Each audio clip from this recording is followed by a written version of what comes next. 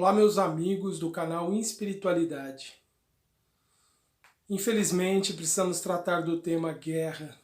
E dizemos infelizmente porque nos sensibilizamos com o sofrimento de tantas pessoas que passam por esses acontecimentos agora com essa ocupação da Rússia na Ucrânia. Mas também não esquecemos outras regiões do mundo que se encontram em conflitos graves e que também causam muita dor e sofrimento, como ocorre na Síria, no Afeganistão e em tantos outros lugares. Mas uma guerra sempre nos traz reflexões, como todas as outras catástrofes e flagelos que atingem a humanidade. Nos faz pensar sobre o porquê do sofrimento, o porquê das pessoas passarem por tudo isso. E naturalmente lembramos os ensinamentos que os Espíritos nos trouxeram, de que todas essas experiências, por mais difíceis e dolorosas que sejam, representam para aqueles que estão vivendo oportunidades de evolução. Sim, é muito duro pensar assim, mas as guerras, os flagelos, as catástrofes, as epidemias, e vivenciamos ainda o período dessa grande pandemia que atingiu a humanidade numa proporção nunca vista até então, todas essas situações correspondem a experiências evolutivas para todos os que estão envolvidos. E elas fazem surgir nas pessoas a sua verdadeira essência, demonstrando ali os seus verdadeiros sentimentos, a sua verdadeira natureza. Em uma guerra, aqueles que estão se degladiando estarão ali, demonstrando naturalmente a sua característica mais importante. A violência, a truculência se manifestará nesses momentos, revelando a verdadeira natureza das pessoas ali envolvidas. E muitas vezes, pelo medo, pelo desespero, é que essas imperfeições surgem.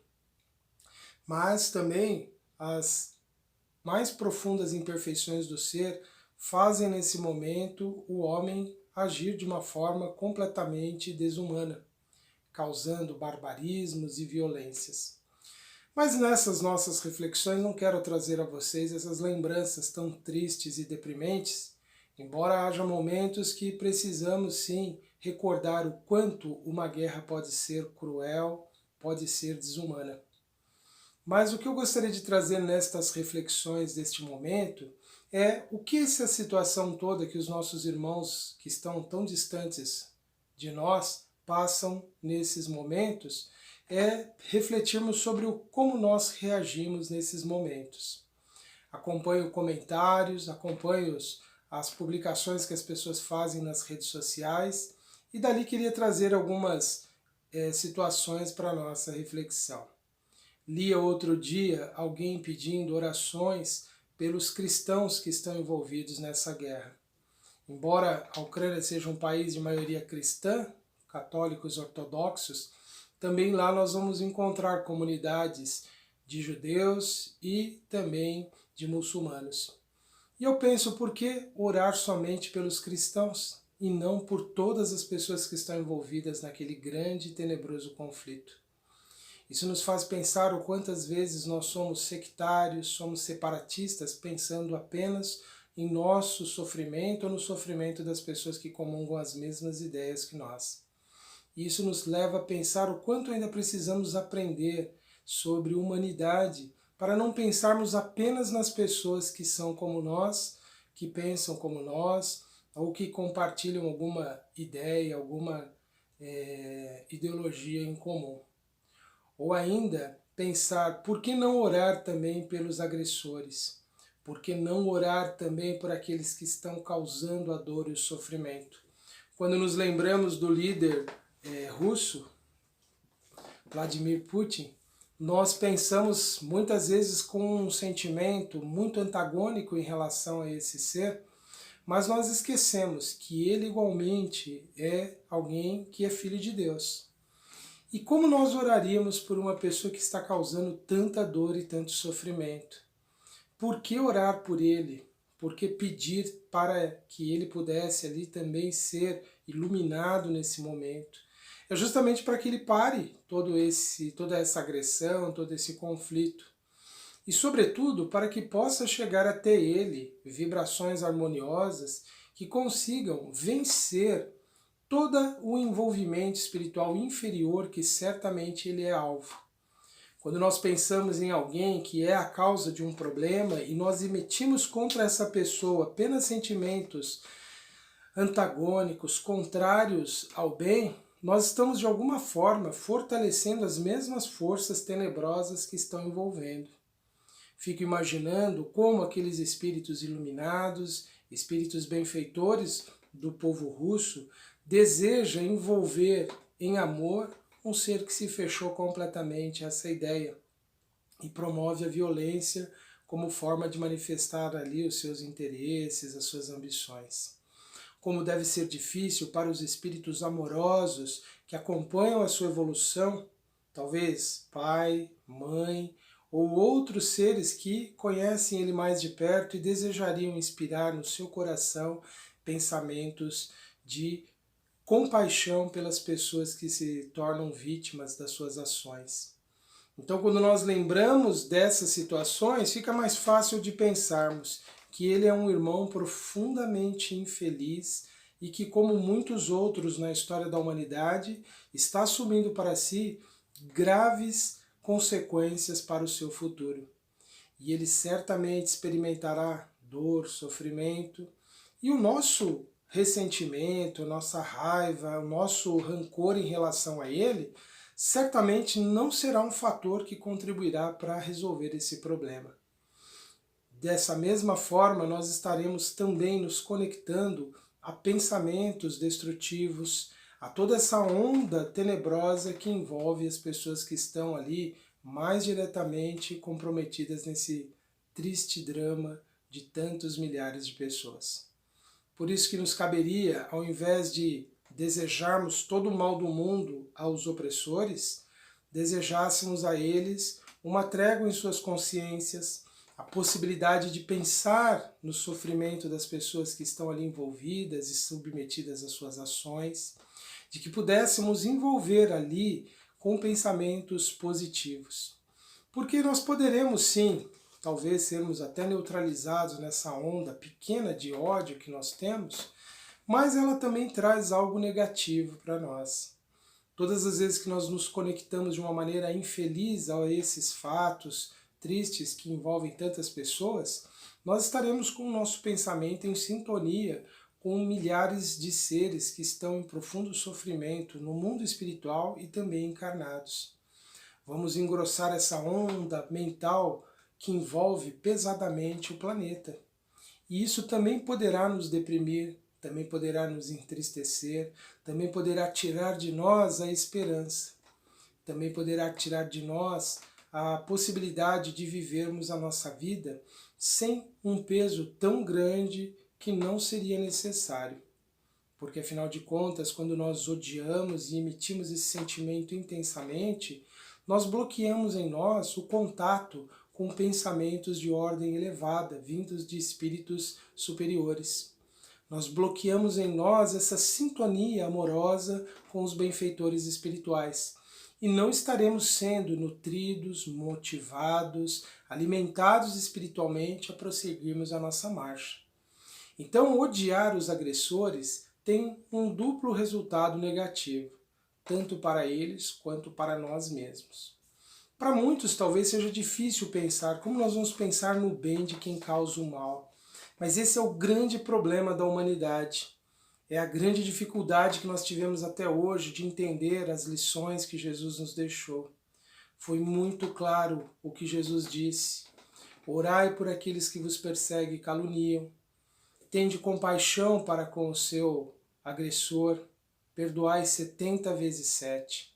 Quantas vezes nós, por não aderirmos a esse programa do Evangelho, dessa mensagem divina, nós adiamos a nossa evolução, o nosso progresso espiritual.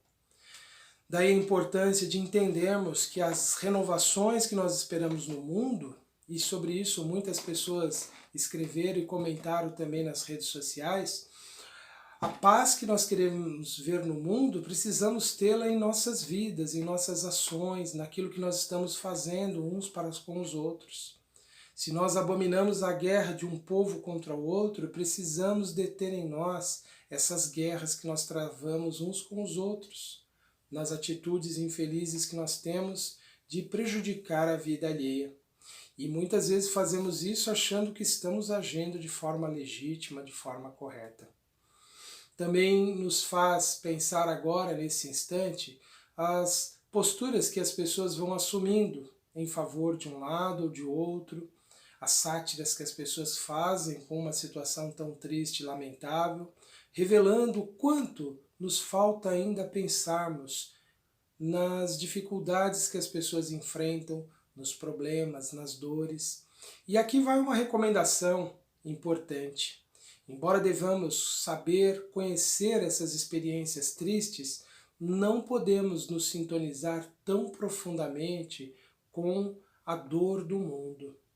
Quem já se conectou em algum momento da sua vida com tanto sofrimento que há no mundo, sabe o quão pesado é, o quão doloroso é estar conectado a mentes que estão tão profundamente sofridas, tão profundamente lamentosas das suas dificuldades, dos seus problemas. O quanto é difícil quando nós adentramos esse domínio do sofrimento humano e permitimos que ele tome conta do nosso ser. E para muitos pode se tornar um fator de grande desequilíbrio, de uma onda mental difícil de se livrar dela depois.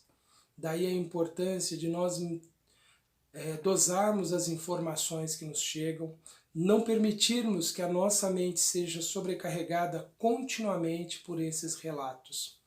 Pode parecer um pouco frio colocando dessa forma, dizendo que somos indiferentes à dor e ao sofrimento dos nossos irmãos que estão tão distantes, mas até mesmo quando nós estamos aqui, em nossas cidades, em nossos meios, e nós tomamos contato com a dor de tantas pessoas que vivem nas ruas, pessoas que vivem em condições muito precárias, ou ainda aqueles outros que passam por provas tão dolorosas de enfermidades, de problemas de natureza emocional e mental, de pessoas que perdem os seus empregos.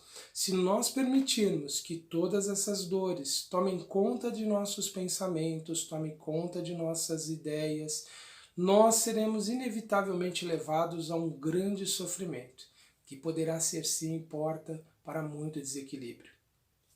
Daí a importância de pensarmos sempre em atitudes práticas de como podemos ajudar, mas prosseguirmos a nossa vida.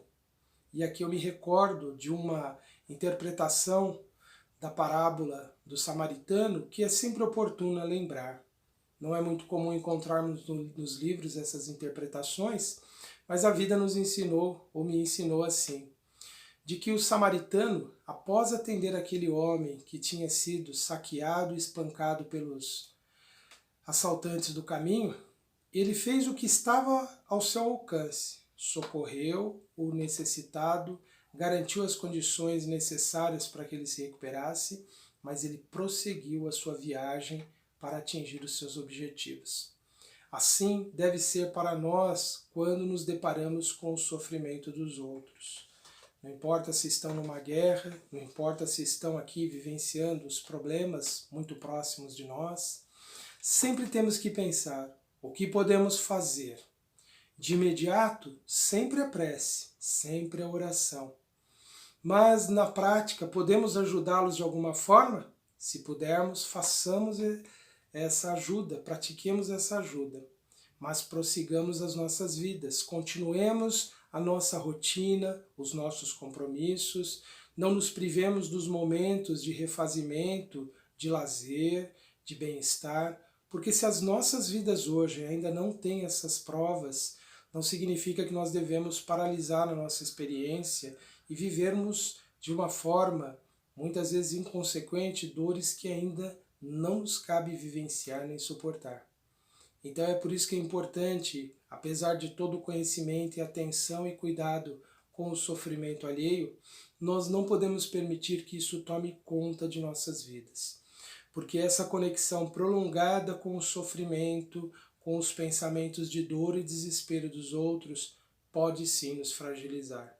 E quando nós percebemos que não estamos em equilíbrio, quando entramos em contato com a dor e o sofrimento, precisamos voltar ao nosso equilíbrio, através da prece, através da oração, recordando-se que todos os que passam por provas, por mais duras que sejam, nunca estão desamparados, nunca estão distantes de Deus nesses momentos. E muitos perguntam, por que Deus permite esses quadros de tanta dor e sofrimento? Alguém colocou, por que Deus permite que inocentes sofram tanto? E aqui cabe nos lembrar da lei divina que dá a cada ser a experiência necessária, que a cada espírito em evolução vem ali naquele momento do seu progresso a experiência que ele mais precisa. E não é frieza de nossa parte pensarmos que milhares de pessoas atravessam por essas provas diariamente.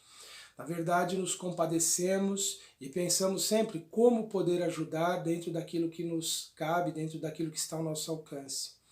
Mas não podemos recordar que todos os espíritos hoje reencarnados são espíritos milenários, são espíritos que já vivenciaram experiências inúmeras em outras vidas.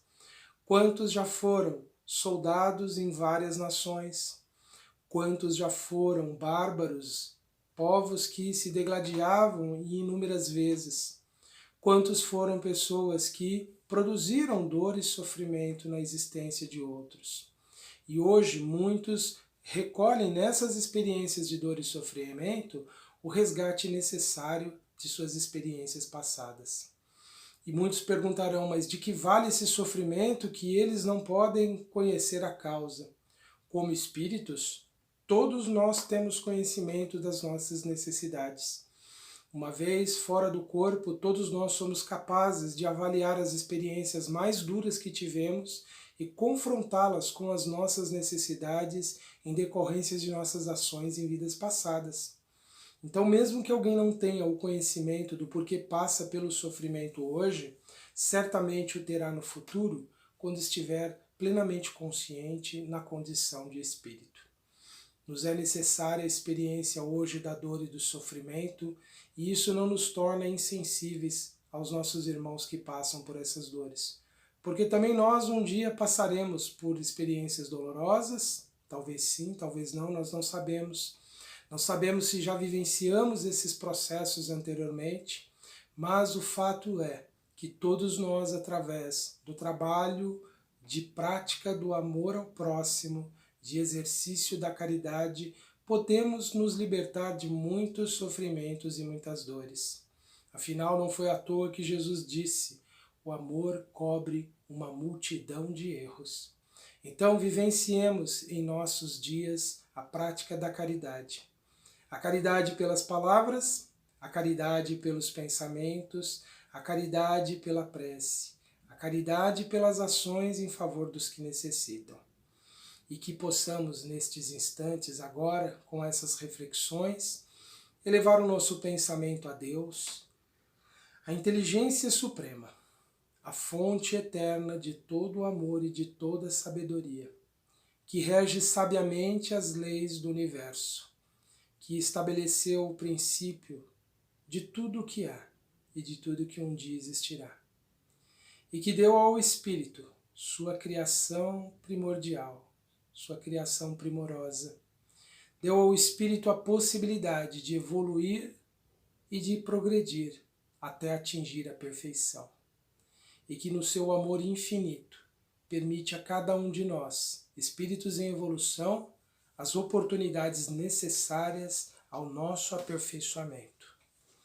Permita, Senhor, que possamos ter essa compreensão em nosso dia a dia, fortalecendo-nos o ânimo para que tenhamos compaixão pelos que sofrem, mas que jamais duvidemos da vossa justiça e do vosso amor.